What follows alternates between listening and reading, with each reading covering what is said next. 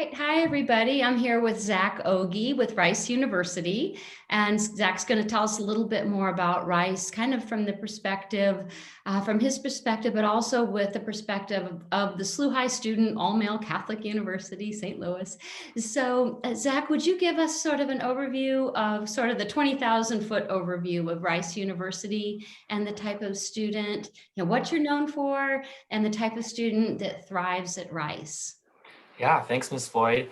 So Rice University, as you may know, we are in Houston, Texas. Mhm. We're just about a couple miles from the downtown city center, so we are a very urban campus. Houston's actually the fourth largest city in the US, so there are plenty of things to do in town. On Rice's campus itself, we are fairly small in size with the student body. So we have 4,000 undergrads, 3,000 graduate students. So we do have an undergraduate focus. So that is one thing that you'll especially notice if you're getting involved with research on campus.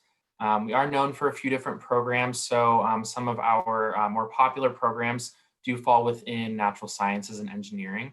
So a lot of our students will go on to medical school, though we do have strong social science and humanities programs as well. Right now, I believe that we have a few number one programs with architecture, physical therapy, kinesiology, sports management, to name a few. Some other unique programs and popular ones is economics. Managerial studies is another one. This is a really fantastic opportunity because it's not a standalone major. Though it is a major, you do have to major in something else.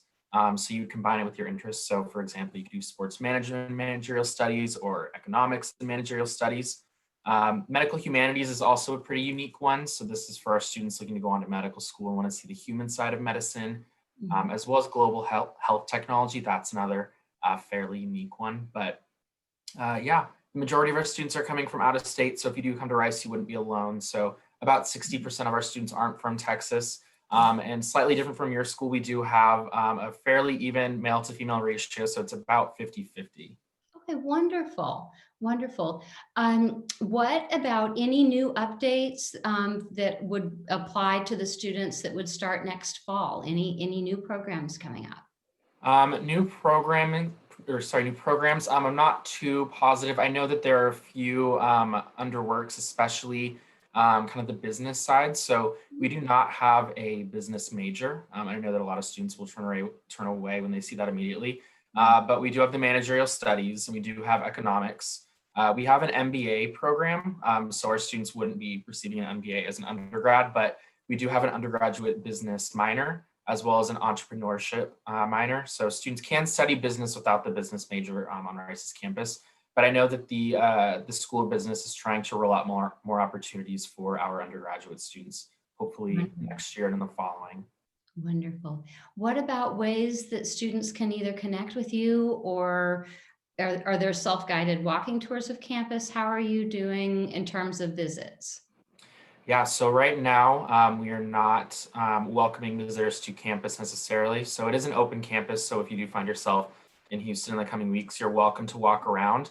But the Office of Admission is remote, so we are not there to host any visits. Everything that we're doing right now is virtual. So we do have a lot of YouTube videos that you can check out. So we have virtual campus tours and other things, like 70 questions with a Rice student. But we also do have a lot of virtual sessions. I know a lot of universities do, and I know students are probably getting fatigued of these.